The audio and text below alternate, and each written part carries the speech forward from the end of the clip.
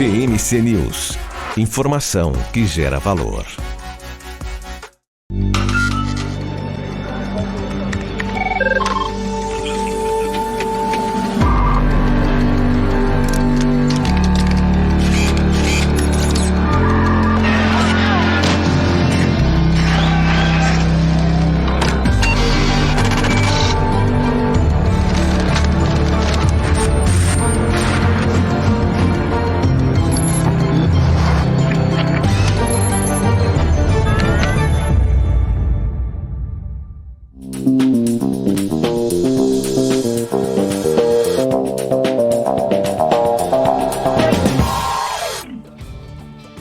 Olá, muito bom dia, investidor, muito bom dia, investidora. Eu sou o Felipe Nascimento, esse é o BMC Pre-Market.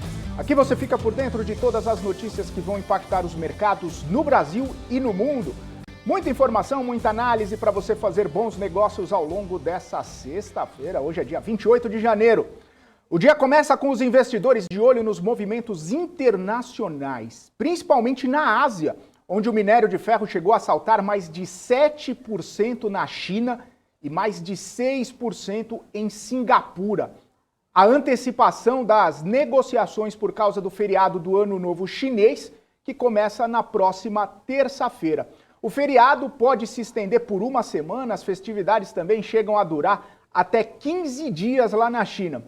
Fora isso, a produção está menor também na China. Muitas localidades estão proibidas de produzir por causa das Olimpíadas de Inverno que já estão chegando. E com isso, a demanda acaba sendo reduzida ali, né? E aí as empresas ficam sempre de olho nessa questão e o minério de ferro vai subindo, e o petróleo também acaba seguindo em alta por causa de toda essa tensão que está imperando no leste europeu. A possibilidade de uma atividade militar entre Rússia e Ucrânia deixa os países aflitos com a iminência da redução da oferta do petróleo no mundo. O Brent está quase tocando os $90 o barril. Diante de todo esse cenário, na Ásia, as bolsas fecharam mistas. Primeiro, porque as bolsas de Nova York têm sofrido bastante com a volatilidade, o que acaba mexendo com o humor dos investidores internacionais e, claro, respingando nos mercados asiáticos. Depois, porque com o feriado do Ano Novo Chinês, os investidores colocam o pé no freio, com as posições mais arriscadas, para não serem surpreendidos com possíveis movimentos no leste europeu durante o feriado e aí estar comprado quando as bolsas mundiais derretem ou quando pode acontecer algum tipo de intervenção militar, seria muito problemático para as bolsas de lá. Então vamos dar uma olhadinha já nessa conjuntura, vamos dar uma olhadinha nos números da China. Primeiro, eu quero trazer aqui o gráfico do minério para vocês. Ele não está dando muito bem para ver aqui, mas o minério de ferro saltando quase 7%, mais de 7%, quase 8% na China. Aqui mostra bastante essa elevação do minério de ferro. E agora a gente traz também as bolsas lá na Ásia. Porque na China o Xangai Composto recuou 0,97%, tá? Mesmo com essa alta do minério, existem muitas questões de regulação, muitas questões de imposição, né, de algumas restrições, principalmente como eu havia dito em algumas fábricas, né? Fábrica que produz aço, que produz vários componentes, estão sendo restringidas pela Omicron e também por conta aí da Olimpíada de Inverno que está chegando. E aí a China recuou praticamente 1% nessa sexta-feira. O Japão subiu 2,09% a bolsa japonesa e o Hang, que tem muitas ações atreladas aí ao mercado chinês, por conta de toda essa movimentação aí, acabou caindo também, caiu 1,08%. Esse é o panorama aí das bolsas asiáticas. Na Europa, hoje é dia de PIB, divulgação de PIB em vários países divulgaram aí a sua atividade. Na França, o PIB subiu 0,7% no quarto trimestre, foi uma desaceleração em cima dos 3,1% de crescimento no terceiro trimestre. No ano, o PIB francês subiu 7%. Na Espanha, o PIB também cresceu, foram 2% de crescimento no quarto trimestre e no ano o PIB espanhol saltou 7,2%. A gente lembra que o PIB europeu em 2020 caiu bastante, caiu forte e agora em 2021 os países estão retomando suas atividades. Já a Alemanha mostrou uma queda no PIB do último trimestre. Perdão, a economia encolheu 0,7% e no ano o PIB alemão subiu 2,8%. Vamos dar uma olhadinha como que estão as bolsas europeias operando no patamar negativo. Nessa sexta-feira, DAX na Alemanha caiu 1,68%, CAC na França caiu 1,78%, FTSE no Reino Unido cai 1,12% e o índice Eurostoxx está caindo 1,68%. As bolsas europeias já começando num dia de mau humor, num dia de queda, num dia de aversão ao risco, as bolsas europeias, principalmente no patamar negativo. Aqui no Brasil, os investidores ficam de olho na inflação. O IGPM foi divulgado mais cedo, agora às 8 horas da manhã. O índice acelerou 1,82% no mês de janeiro. Em dezembro, havia sido 0,87% de alta. Olha só a aceleração. Mas o número acabou vindo abaixo da expectativa dos analistas, que esperavam uma alta de 2%. E aí, no acumulado dos últimos 12 meses, o IGPM acabou desacelerando também. Ele saiu de 17,78% na leitura de dezembro para 16,91% nessa leitura de janeiro. Lembrando que nessa semana o IPCA 15 também veio mais acelerado do que o esperado pelos economistas, mostrando que a pressão inflacionária ainda está em alta, ainda está mexendo com o humor e também com as perspectivas dos analistas. Agora há pouco também saíram os dados do emprego. A taxa de desemprego no Brasil atingiu 11,6% no trimestre que encerrou em novembro. Isso informa os dados aí da PNAD contínua divulgado pelo IBGE. As projeções do mercado apontavam essa linha aí mediana de 11,6%, então o resultado veio em linha com a mediana. A gente lembra que o CAGED era para sair essa semana, porém foi adiado, né? O Ministério da Economia adiou para segunda-feira, dia 31. Então a gente vai esperar aí os dados do CAGED para, como sempre, fazer essa comparação, fazer essa leitura, né, entre PNAD e CAGED. E aí, os investidores também ficam de olho aqui no Brasil nesse descolamento do Brasil que ele tem mostrado em relação às bolsas internacionais. Mesmo com o ambiente externo com grande volatilidade, aqui dentro o cenário é de alta. Ontem mesmo a bolsa subiu pelo terceiro pregão consecutivo na semana. E nessa semana, né, acumula uma alta de 3,37%. No mês, a bolsa sobe 7,43%. Como dizem, o Brasil tá voando. Vamos ver o movimento da bolsa, que ontem chegou a flertar com 113 mil pontos, mas aí acabou perdendo um pouco todo o fôlego. A bolsa subiu 1,19%, chegou aos 112.612 pontos. As maiores altas a gente vê Magalu, Banco Inter, Via, BB Seguridade, todos na casa entre 6% ali, praticamente de elevação, principalmente ali as varejistas, né? A gente vê que estavam caindo, que estavam tendo dias de mais mau humor, acabaram tendo um dia bom ali, com mais de 6% de crescimento, ajudando a puxar também a bolsa. As maiores baixas, a gente vê ali Intermédica e Apvida, principalmente por conta de uma movimentação, né? Uma movimentação acima do que é do típico, né? Para os papéis da empresa, principalmente com o Citi atuando nas duas pontas, né? Ponta vendedora, ponta compradora. A gente trouxe essa informação ao longo da programação de ontem aqui na BMC. E também a gente teve Natura e Marfrig caindo. A Natura caiu 3,24%, Marfrig caindo 2,99%. E agora, olha só, o Marco Saravalli traz o tom do mercado pra gente nessa sexta-feira. Conta pra gente, Marco, bom dia.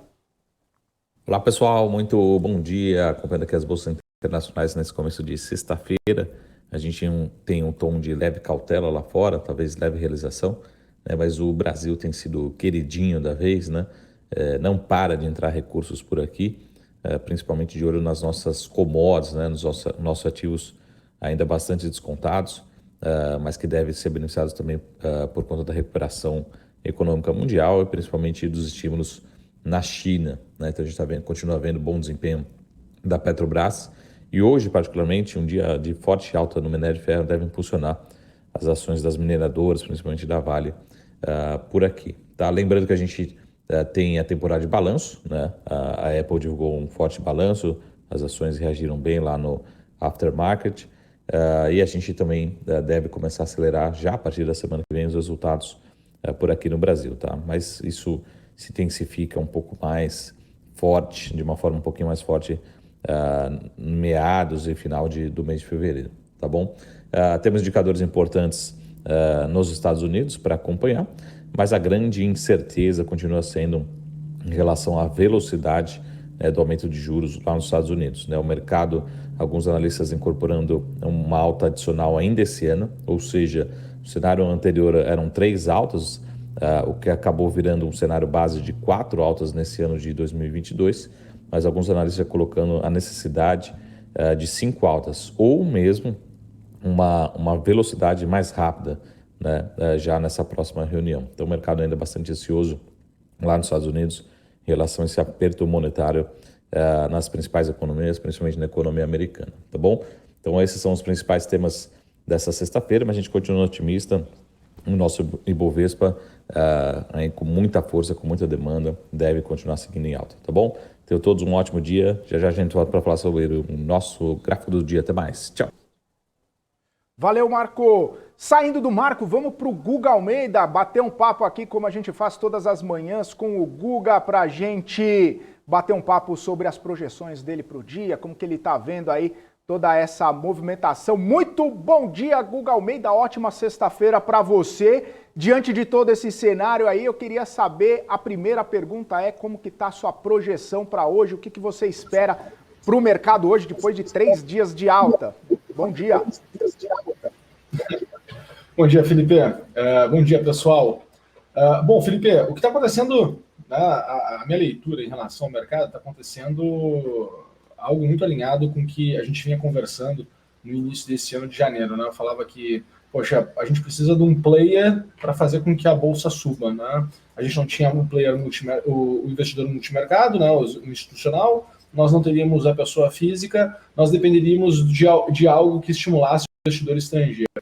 Na prática, né, o fato de Brasília estar nesse período, né, que não está ganhando foco, não está trazendo incertezas, né, não está trazendo insegurança, que querendo ou não trouxe ano passado, abriu uma janela para, de fato, né, o investidor estrangeiro conseguir tangibilizar melhor o Brasil.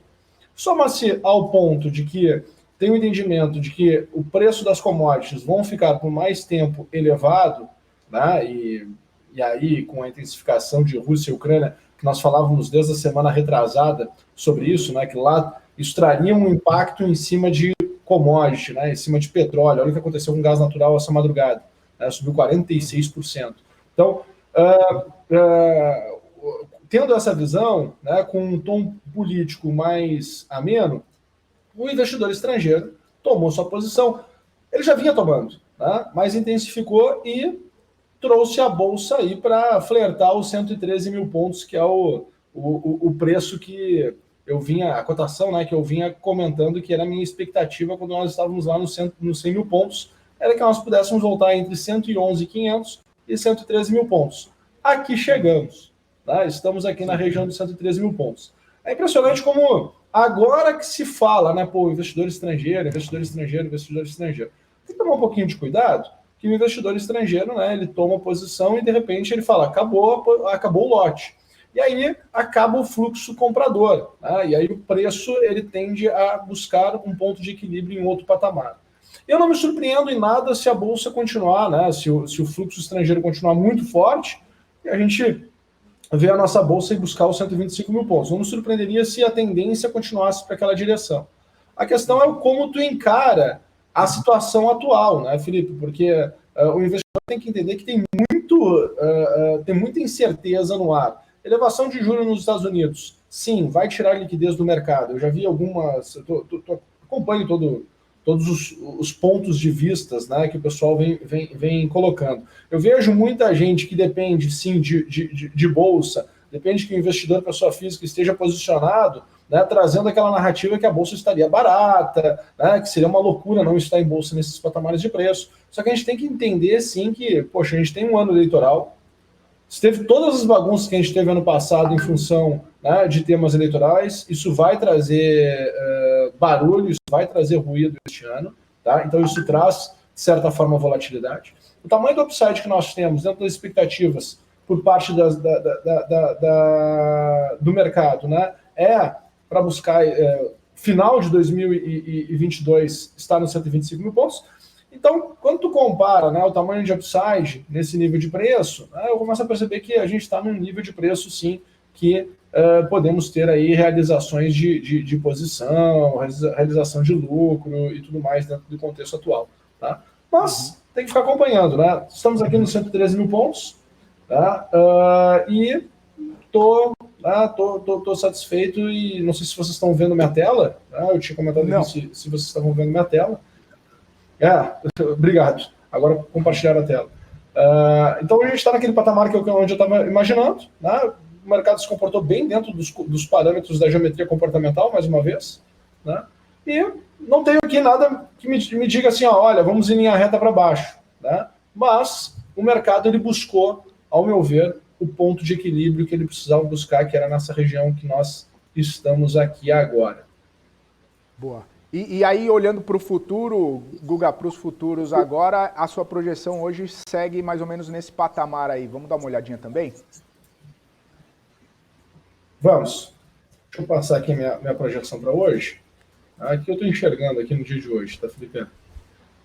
Minha projeção, olha que interessante, né? Nosso futuro já abre com 0,28 de queda, mesmo com uma expectativa de que Vale poderia puxar o mercado hoje, né, em função da alta do minério de ferro. Então vale a pena buscar esses sinais, né, para fazer um alinhamento o que de fato nós podemos esperar com o mercado hoje. Tá? Um cenário de baixa, eu vou começar aqui pelo processo de correção, uma vez que a gente está aqui caindo 0,28, seria ver a nossa bolsa vir buscar aqui, 111.300, tá? Podendo chegar até 110.650. Eu acredito que até esses níveis de preço aqui é uma correção saudável, tá? Perdendo esse nível de preço é sinal que de fato algo mudou, né? Então, o estímulo de compra do estrangeiro, né, pode ter diminuído, alguma coisa vai ter mudado, tá? Então, esses níveis de preço são importantes para que a gente possa medir, monitorar como está o mercado aqui no curto prazo, porque senão, de fato, né, a gente pode sofrer, uma vez que já fechou o nível de satisfação, né, que se esperava do mercado, que era buscar o 113, tem que ficar um pouco alerta no como vai ter a resposta nesse nível de preço, porque sim, podemos ter sinais de que a precificação foi feita de fato. Tá? Então, até uma correção até esses patamares de preço ficaria totalmente tranquilo, certo? Agora, quando eu começo a olhar para cima, né, o movimento de alta, no caso, né, e começo a interpretar o que o mercado fez, né, como é que o mercado reagiu nos níveis de preço que nós estamos trabalhando aqui desde o dia 26 de janeiro. Né, como é que o mercado reagiu? Bom, ali no dia 26 de janeiro, nós tivemos, ali no final do dia, né, uma realização, que, querendo ou não, essa realização foi uma realização que teve uma correção aqui de 1,6% no movimento intradiário. É algo, né, se tu for analisar, é algo bem significativo, tá? É quase que 20% do movimento de alta, né, que nós tivemos desde os 100 mil pontos. Então é algo significativo, se tu for parar para pensar. Tá? Depois o mercado ele continua subindo, mas ele não consegue ter mais o que? Uma estrutura de expansão. O que é uma estrutura de expansão? O mercado ele não consegue ganhar novos patamares de preço. Né? O mercado ele não conseguiu ir para um patamar de preço mais alto, que seria buscar os 114.350, né? Ele não conseguiu chegar nesse nível de preço, pelo contrário, né? Ele parou aqui numa estrutura, aqui na região de 1,13, e voltou para dentro desse patamar de preço que estava trabalhando, né, já desde o dia, né, o início do dia 26. Então começa a se questionar, né, o mercado ele começa a questionar esses patamares de preço. Tá? Então eu já começo a ficar esperando, olha, né, já tenho um certo viés, porque é um nível que eu estava esperando, né? Então, poxa, eu também tenho que entender as minhas fragilidades e a minha capacidade de analisar. Então, eu já tenho, de certa forma, um viés, porque chegou na região de 113. Então, né, já estou estimulado a começar a olhar baixa, né, naturalmente. E olhando para essas informações, né, não me surpreendo com o mercado voltando aqui para 110, 650, certo? Para cima, o que eu consigo enxergar de possibilidade, tá, é o mercado conseguir trabalhar lá naquela região dos 114 e 450, né, entre 114 e 400 e 114 e 500, consigo enxergar essa possibilidade, mas a gente vai ter muita dificuldade para superar aqui essa região dos 113 e 400, tá? Então, o mercado já começa a ficar espremido.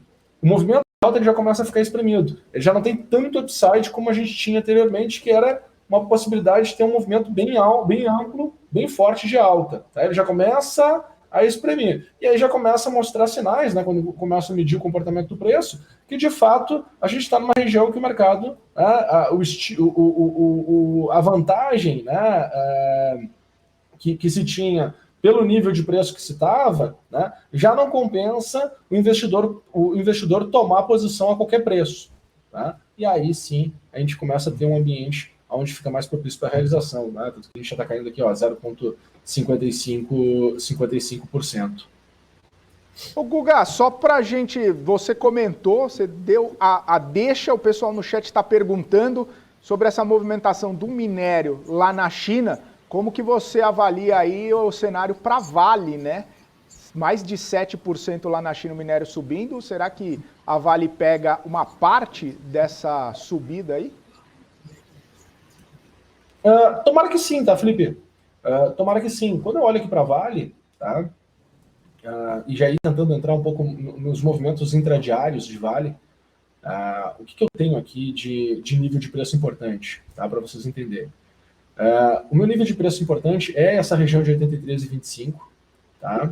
Eu tô acompanhando este movimento de preço, esse nível de preço aqui de Vale, certo? Uhum. Quando eu olho para este nível, né, de preço aqui de Vale, eu por hora, né, eu não estou com gatilho operacional, isso olhando aqui já no movimento intradiário, eu estou olhando um movimento mais curto, não estou nem olhando um movimento mais longo, tá? E o que eu gostaria, né? O movimento de alta, tá, para Vale é para ir buscar a região de 98. Tá? Eu acredito que Vale se mantendo aqui acima de 83,25 tem espaço para ir até R$ 98. Tá? Então, se o mercado ele tiver, né, e aí é o investidor estrangeiro continuando tomando posição. Tá? Se o mercado tiver condições de subir, perdão, eu consigo enxergar que o próximo movimento de Vale é para ir a R$ 98. Tá? Um cenário negativo, vamos imaginar, porque também Vale já vem acumulando uma alta, se nós olharmos desde o dia 18 de novembro, ele acumulou, né, se nós pegarmos mínimo e máximo, uma alta de 44%. Tá? É algo bem expressivo, é algo bem significativo. Tá? E a gente tem que entender que esse movimento aconteceu. Mas Guga, ainda não chegou nas máximas históricas. Pois é, mas será que não tivemos um exagero naquelas máximas históricas? Tá? A gente tinha muitos players que estavam tendo que entrar no mercado. Eu acho que Vale era uma das posições mais interessantes, principalmente dos fundos multimercados, assim como o varejo, né? Então era a expectativa de Vale, expectativa de varejo, tanto que varejo e consumo sofreram muito, né? Em função exatamente desses players terem que zerar a posição. Então é fluxo, né, que fez com que o preço fosse para o patamar que foi. Né? E agora talvez esse movimento de alta, né, me parece que foi chegar ali no nível mesmo de equilíbrio. Não me surpreenderia se fosse a R$ 98, né, mas eu acho que a grande, como o pessoal gosta de falar, né, no mercado, a grande gazela manca, né, a caça mais de ter em Vale já passou, que foi esse período mesmo que nós tivemos aqui, nesse período aqui entre segunda quinzena de novembro, né, o início da segunda quinzena de novembro, até aqui a metade de janeiro deste ano de 2022. Valeu, Guga! Daqui a pouquinho a gente volta a bater um papo aqui, porque nos Estados Unidos o destaque hoje é para o PCE, que é o índice de inflação oficial que o Fed usa para definir a política de juros. Como o Banco Central americano já está projetando pelo menos 4 altas no juro nesse ano, é bom ficar de olho no indicador, porque se o número vier alto, pode causar impacto imediato nas bolsas. Falando em inflação, ontem saíram os dados da Apple e o CEO da empresa disse que está todo mundo vendo a pressão inflacionária impactar no resultado das empresas, mas mesmo assim isso acabou não prejudicando os números da Apple. O resultado da empresa foi recorde no primeiro trimestre fiscal, a maior receita líquida da história da empresa, mais de 123 bilhões de dólares. Essa receita veio principalmente da venda de iPhones. As ações da Apple saltaram 4% no aftermarket e já sobem mais de 3% agora no pre-market. Olhando aqui para as bolsas americanas, qual é o cenário? É um cenário de queda também nas bolsas americanas, porque o Dow Jones está caindo praticamente 1%, o S&P caindo 0,83% e a Nasdaq caindo 0,5%, ou seja, assim como as bolsas europeias, os futuros americanos estão de mau humor nessa sexta-feira. E aí agora eu quero trazer o Marcos Saravalli de novo, porque ele está trazendo o gráfico do dia para a gente, uma análise do setor de energia. A gente comenta bastante, falou do gás natural, falou do petróleo, falou do minério. Conta para a gente aí, Marcos Saravalli, muito bom dia. Fala pessoal, muito bom dia. Voltando aqui para o nosso gráfico do dia, a gente tem uma análise feita pelo banco americano Goldman Sachs, né, e a visão em relação tanto ao preço do petróleo como a expectativa do desempenho das ações do setor, né, lá nos Estados Unidos, conhecido como setor de energia, né? Aqui no Brasil a gente chama de setor de petróleo, lá eles chamam de setor de energia. E na visão deles, eles acreditam que a expansão de lucros das companhias do setor, né, do S&P 500, deva ser na ordem de 84%. Né? Então uma expansão muito, muito forte, né? Caso realmente o petróleo continue subindo mais, a expansão pode ser maior ainda. E isso também tem sustentado, né, o bom desempenho do setor ao redor do mundo, tá bom? Então isso pode acontecer nos Estados Unidos, em outros países e também aqui no Brasil, né? Pode ser um dos melhores setores na Bolsa nesse ano de 2022, tá certo? Então todos um ótimo dia, uma ótima sexta-feira, um ótimo final de semana e a gente se vê semana que vem. Até mais, tchau! Agora chegando com os destaques corporativos, o Conselho Diretor da Anatel analisa hoje a compra dos ativos da Oi Móvel pelas operadoras Vivo, Claro e TIM. A operação foi realizada em dezembro de 2020 no processo de recuperação judicial da Oi. A Petrobras e a Novonor vão adiar o follow-on da Braskem, isso foi anunciado agora cedo pelas duas companhias, e essa oferta poderia movimentar 8 bilhões de reais. E o problema é o preço e também as condições do mercado, né? Porque com a ação basicamente na casa dos R$40, isso não seria interessante nem para a Petrobras, nem para a Novonor, já que um tempo atrás, pelo menos até o dia 15, né, as ações da Braskem estavam operando na casa dos R$52. Ontem estava próximo aí aos R$46, então essa condição de volatilidade do mercado acabou fazendo com que Petrobras e Novonor desistissem desse follow-on da Braskem. A Raia Drogasil anunciou a inauguração da sua loja de número 2500. A unidade vai ser aberta em Alta Floresta, no Mato Grosso. O guidance da empresa prevê a abertura de outras 260 novas unidades até o ano de 2024. Deixa eu trazer o Guga Almeida aqui de novo para a gente se encaminhar para o final do nosso pre-market. E Guga, o papo é o seguinte: Oi, o pessoal ontem estava de olho, né, naquela Assembleia Geral Extraordinária da empresa, a ação subiu mais de 10%. Hoje tem esse conselho da Anatel para saber se vai aprovar ou não a venda dos ativos da Oi Móvel. E todo mundo quer saber para onde que vai a Oi, qual que é a sua projeção. Vai subir mais 10, mais 20, mais 30%, Guga? Legal. Na verdade, se hoje subir 1 centavo, ela sobe 1%. Se ela subir 10 centavos, ela sobe 10. Né? Então, porque tá na casa de R$1. Né? Então, pouca variação em preço, né, gera uma grande variação percentual. Né? E isso chama atenção, obviamente. Mas o que eu consigo enxergar em Oi, Felipe, é uma condição de voltar ali no melhor dos mundos, tá? Poder subir aí 40% num curto espaço de tempo. Vamos pôr o gráfico aí. Que seria chegar ali na região de 40 centavos. Né? Então, é o que eu consigo enxergar. eu tinha uma expectativa de que a gente pudesse ter um primeiro repique até 96 centavos, o segundo movimento até uma região de 1,10, conforme eu estou mostrando aqui no gráfico. Ô, Guga, eu acho que o pessoal não está vendo o gráfico. E o melhor Vamos pôr o gráfico na tela. Ah, ok. Obrigado. Então, o que eu estou enxergando, né, Felipe, era a primeira reação que eu estava imaginando de Oi era exatamente voltar aqui para a região de 96 centavos. Né? A segunda reação seria chegar na região de 1,10 e o melhor cenário vir para a região de 1,40. Então, se nós olharmos, né, do nível de preço que está agora, que é a região de R$1, a gente tem aqui uma possibilidade de um upside de 40% de Oi, né, vindo aí uma notícia positiva. E, querendo ou não tem nada de sensacional, né? Seria voltar ali para as cotações da metade do ano passado, da metade de julho de 2021. Lembrando que Oi, né, em janeiro do ano passado, estava lá trabalhando na região de R$2,45. Tá? Então, querendo ou não, tem muito que ainda pode vir a se desenvolver dentro dessa novela aí que já dura, eu acho que, pelo menos para o investidor pessoa física, já dura desde a época de 2019, né? Então o pessoal está aí já há um bom tempo angustiado aí com as respostas de Oi. Maravilha. Ô, Guga, para encerrar, vamos dar uma olhadinha na Braskem, que agora Petrobras e Novonor desistiram de fazer esse follow-on, condições de mercado adversas, o preço só caindo nos últimos dias para tentar chegar ali nos próximos dos R$40, que não é interessante para as duas empresas para levantar esse dinheiro, né? Felipe, eu acho que o grande desafio de Braskem vai ser se manter acima dos R$45, tá?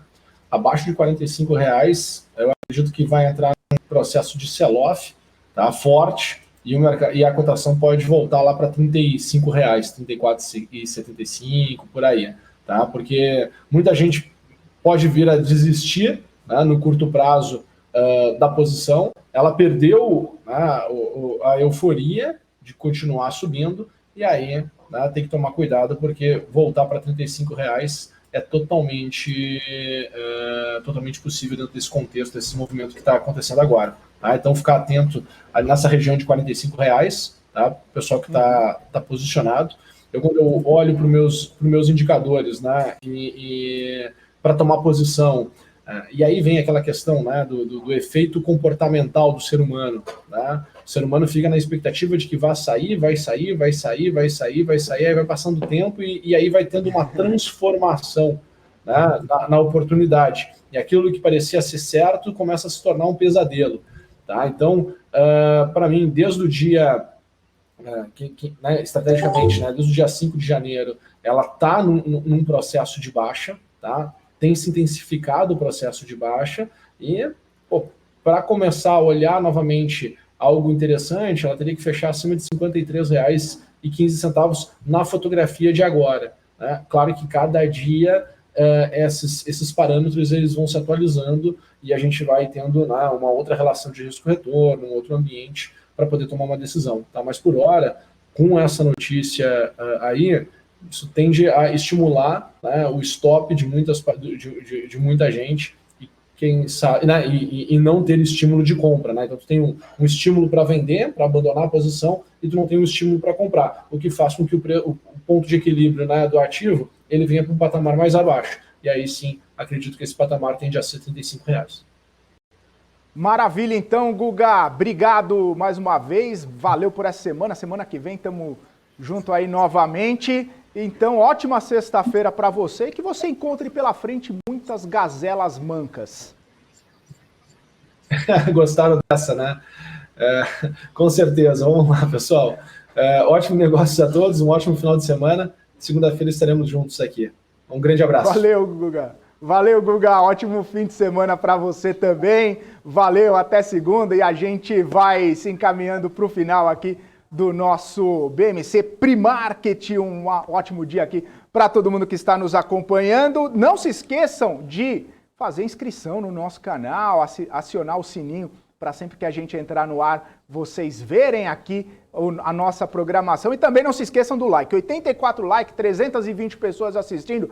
Quero mais like, por favor, para a gente gerar cada vez mais audiência e gerar cada vez mais pessoas assistindo a nossa programação aqui também. Bom, eu tô indo embora, mas eu volto ainda hoje. Eu achei que eu ia sextar, mas não vou. Mas eu vou passar o bastão agora para Paula Moraes, que começa com o BMC News, muito bem acompanhada, da Isabela Takaki, da Débora Oliveira, da Giovanna Locatelli, de todo mundo, e todos os nossos convidados. Ótimo dia, ótima sexta, Paula Moraes. Obrigada, Felipe. Nada de sextamos ainda para você, Pois é. não. Para mim, logo daqui a pouco, mas para você ainda tem o marketing à tarde. Tá olhando no relógio. Tô olhando no relógio. Bem sexta-feira. Pré-semaninha de férias, mas vamos que vamos. Merecida, hein? Merecida. Obrigada, Felipe. Beijo para você. Até daqui a pouco. Tchau, até tchau. mais tarde. Tchau, tchau.